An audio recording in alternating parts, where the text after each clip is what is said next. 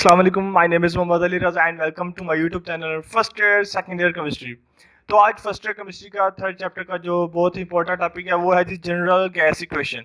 So let's start. सबसे पहला जो पॉइंट है वो जी derivation of ideal gas equation, कि आइडियल गैस को कैसे ड्राइव किया, उसका जो फाइनल फार्मूला वो कैसे आता है वो हम देखते हैं।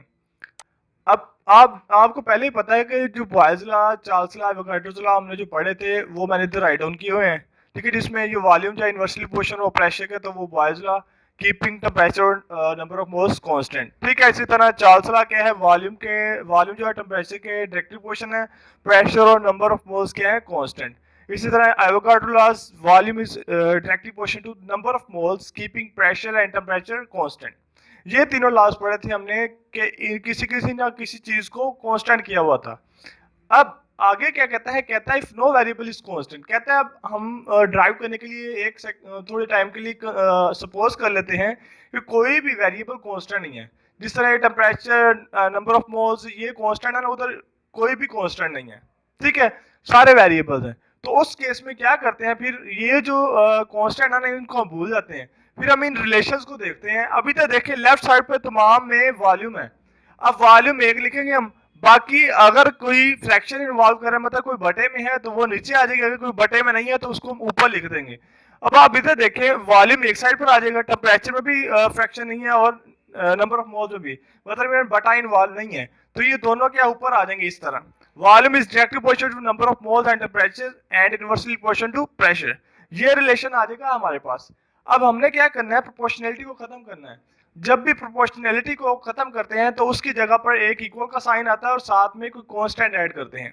तो इधर भी देखिए आप, ये इक्वल का साइन आ गया और साथ हमने कांस्टेंट लिख दिया। अब कांस्टेंट हमने कौन सा लिखना है, वो आर लिखना है। ये हमने लिख दिया इधर, तो हमारे पास क्वेश्चन क्या बन गया, v is equal to R N T over P. ठीक है, अब P को हम इधर ले आते हैं प्रेशर को, तो क्या बनेगा, PV is equal to nRT। तो यही तो जनरल गैस इक्वेशन है। ठीक है, तो इस तरह ड्राइव कर सकते हैं जनरल गैस इक्वेशन को। सो मूविंग ऑन, नेक्स्ट जो point of reduction to gas laws. अब इसमें हमने क्या करना, जनरल गैस इक्वेशन से वापस गैस लॉज में आना है।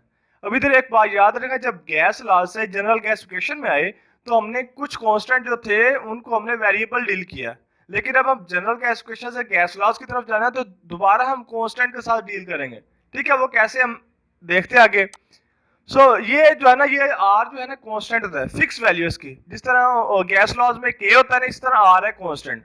अब के को आर के बराबर लिया हुआ इधर। ठीक है, अब ये जनरल गैस इक्वेशन है, इससे हमने जाना है बॉयल्स लॉ में, इससे हमने जाना है चार्ल्स लॉ में, इससे हमने जाना है एवोगैड्रो लॉ में। अब बॉयल्स लॉ में क्या होता था, उसमें प्रेशर जो है इन्वर्सली प्रोपोर्शनल था, या वॉल्यूम जो है इन्वर्सली प्रोपोर्शनल था प्रेशर के। कांस्टेंट क्या था, कांस्टेंट था नंबर ऑफ मोल्स और टेम्परेचर कांस्टेंट था। अब इधर भी आप देखें ना, इस रिलेशन में अगर हम नंबर ऑफ मोल्स और टेम्परेचर को कांस्टेंट कर दे तो क्या है, P is equal to are.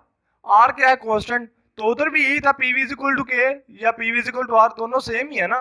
तो ये क्या है, बॉयल्स लॉ में चेंज हो जाता है इस तरह। अब चार्ल्स लॉ में कैसे होता है, चार्ल्स लॉ क्या कहता था, वॉल्यूम जो है डायरेक्ट प्रोपोर्शनल है टेम्परेचर के। ठीक है, अब ये देखें ना आप, इसमें प्रेशर और नंबर ऑफ मोल्स कांस्टेंट है। चार्ल्स लॉ में प्रेशर और नंबर ऑफ मोल्स कांस्टेंट होते हैं। अब इस रिलेशन में अगर आप प्रेशर और नंबर ऑफ मोल्स कांस्टेंट कर दें तो क्या बन जाता है आपके पास, V is equal to R T.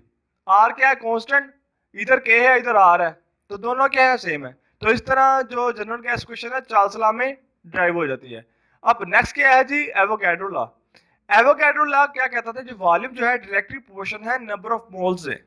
ठीक है, अब हम क्या करते हैं, देखते हैं जी इसमें जो कांस्टेंट है वो हम कांस्टेंट इधर करके देखते हैं कि बनती है एवोगैड्रो लॉ की रिलेशन या नहीं बनता। अब एवोगैड्रो लॉ में क्या था जी, प्रेशर और टेम्परेचर कांस्टेंट था। अब इस रिलेशन में प्रेशर और टेम्परेचर कांस्टेंट करते हैं, ये प्रेशर और टेम्परेचर कांस्टेंट, तो क्या बन जाता है हमारे पास, V is equal to N R. तो इधर क्या है, V is equal to N K या V is equal to K N. ठीक है, तो ये क्या बन गया, ये रिलेशन क्या है जनरल गैस इक्वेशन का, वो चेंज हो जाता है एवोगैड्रो लॉ में। अगर हम कुछ क्वांटिटीज को वेरिएबल से कांस्टेंट में डील करें तो इस तरह हम जनरल गैस इक्वेशन को डिफरेंट गैस लॉज में ड्राइव कर सकते हैं।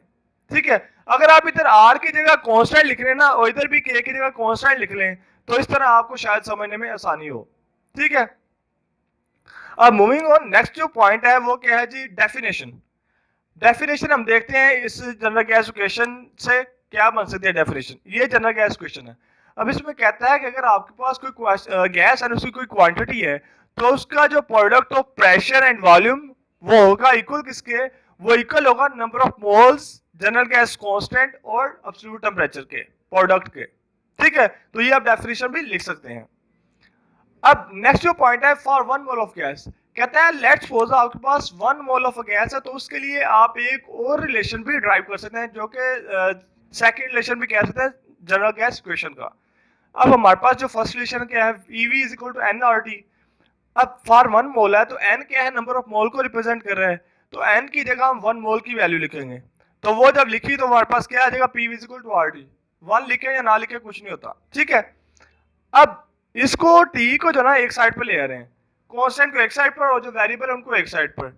अब प्रेशर, वॉल्यूम और टेम्परेचर क्या है, वेरिएबल, और R जो है कांस्टेंट है। ठीक है, तो क्या बन गया, PV over T is equal to R is equal to constant.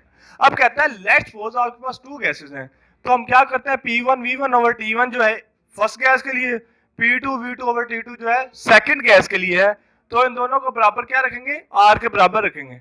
तो ये क्या है, सेकंड रिलेशन है जनरल गैस इक्वेशन का। ठीक है, तो ये आज का बहुत इंपॉर्टेंट टॉपिक था, general gas equation. So stay tuned and stay happy. Thank you.